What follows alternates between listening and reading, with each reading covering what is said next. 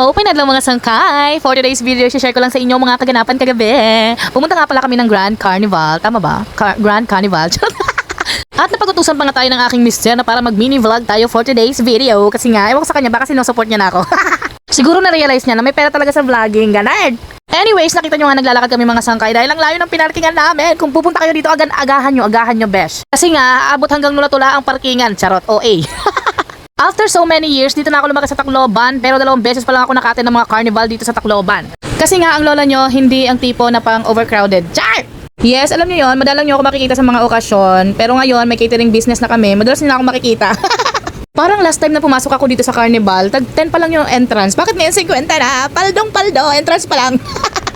Joke lang, hindi para mag-judge ng pricing nila, you know, wala lang, keme lang. And since nasa mundo tayo ng business, intindihin natin yung mga pricing kasi hindi natin alam kung saan yun ang gagaling. Anyways, ito na nga mga sangkay, yung una nga naglaro, yung father-in-law ko. Tingnan nyo naman, ang saya-saya namin dito mga sangkay kasi nga, 50 pesos lang yan. And talagang mararamdaman mo yung pagkatalo mo dito mga sangkay, sobrang layo ng titirahin. At talagang nagtulungan kami dito mga sangkay para naman alam mo yon kung hindi natamaan ng father-in-law ko, baka yung sister-in-law ko. Kaso hindi rin mga sangkay, so ayan, nagbidabidahan tayo. Pakihawak ng asawa ko, baka ako yung pag-asa ng bayan. Di wala rin. Kung masyadong marami yung pera mo mga sangkay, tapos gusto mo mag-aksaya ng pera, dito talaga yung perfect location. Cheer, Papa, cheer! Cheer sa Papa, go, Papa, go!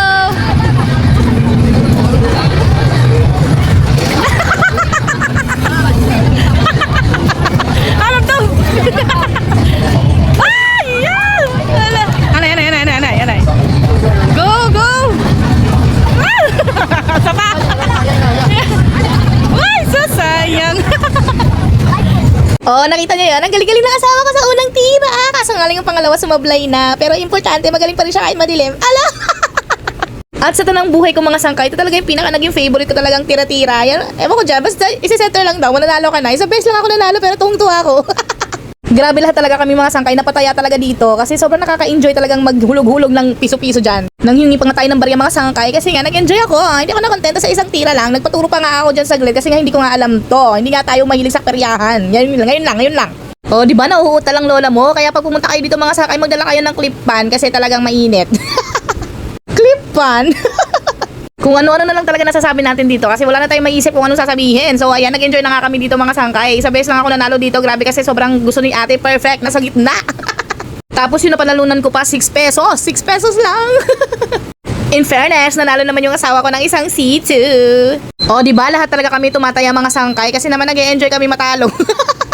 Piso-piso lang naman mga sangkay. Kaya rin na yan, at least nag-enjoy kayong lahat. Sa lahat ng mga games dito talaga kami nagtambay lahat. Dito kami tumagal. At nainis na nga yung anak ko, yung bunso ko, nainis na siya. Kaya ayan, titira na din siya mga sangkay. Tumabi kayo lahat at baka makuha niya yung jackpot.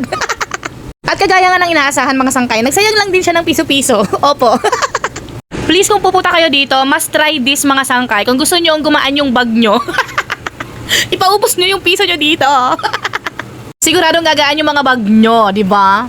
At nung gumaan na nga yung mga bag namin mga sangkay sa mamiso namin, ayan, nagtira-tira na naman yung kuya ko, nag-gun shot na naman siya dyan. Ewan ko kung anong mga tawag dito. Minsan na tayo mapunta dito, nakadalawang beses pa lang ako duman dito. At nauutal na nga tayo mga sangkay, so ayan, wala naman kasing seryoso talagang manalo dito. Gusto lang namin talaga mag-enjoy. At talagang binabayaran mo dito mga sangkay yung enjoyment kahit na hindi ka manalo sa mga games na ganito kasi minsan talaga mahirap talaga. Lalo na yung sa mga bata, gusto lang talaga nila mag-enjoy. And after nga namin dito mga sangkay mag-ikot-ikot, ayan, nag-decide na nga kami sasakay kami sa Ferris wheel dahil yun lang naman ang gusto nilang sakyan dahil sobrang nakakatakot naman kasi talaga yung ibang rides. Ayan, nag-request nga kasi yung panganay namin na sumakay daw kami dito kasi ito lang yung napili niyang rides na gusto. Ayaw niya ng mga horror train, ayaw niya ng mga extreme.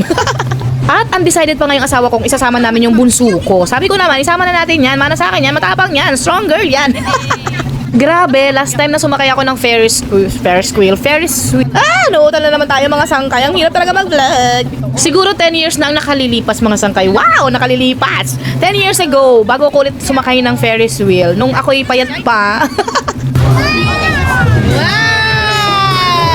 Nakita nyo yon? Napawaw pa talaga yung bunso ko. Pero mamaya hindi niya na maiintindihan yung nararamdaman niya. At hindi niya ma-explain. Hindi siya makaiyak. Hindi siya makatawa. Tapos yung panganay ko tuwang-tuwa. Akala mo naman wala nang bukas kung makatawa. Tapos nakita nyo tong asawa ko. Pangiti-ngiti lang siya niyan. Pero nung bumaba kami, talagang natatakot na daw talaga siya habang bumibilis. Ang sarap mag-ride sa mga ganito talaga mga sangkay. Samahan nyo lang ng pagdarasal. Tsaka ilang santo lang naman tawagin nyo. O, see, nakikita nyo na yung bunso ko. Gusto na talaga niya bumaba kasi hindi niya na naiintindihan yung nararamdaman niya. And after nga namin mag-Ferris wheel mga sangkay, ayan, nag-request na naman yung panganay ko sa sobrang excited na hulog pa yung ticket niya. Bilisan mo, baka mag-umpisa na yung time. Ito talagang panganay ko yung nag-enjoy talaga ng 100% dito sa peryahan mga sangkay. Talaga namang sinulit niya talaga mga sangkay. Kung ano yung gusto niya, talagang gusto niyang pasukin. Siyempre, sino ba naman tayong mga magulang na may trabaho at sapat na kita? Bakit hindi natin mapagbigyan, di ba? Bakit hindi? Deserve din talaga ng mga anak natin talagang matreat sa mga ganitong mga playground kasi nga mga sangkay. Minsan talaga sobrang busy, wala na tayong time, kaya bumawi na lang tayo kapag may time. Ano daw? Lalo na sa panganay kong to, talaga naman kailangan talagang bumawi kami kapag may time dahil nga marunong na siyang mag-demand, marunong na siya mag-drama mga sangkay, marunong na siya mag-inarte dyan, wala kayong time sa akin.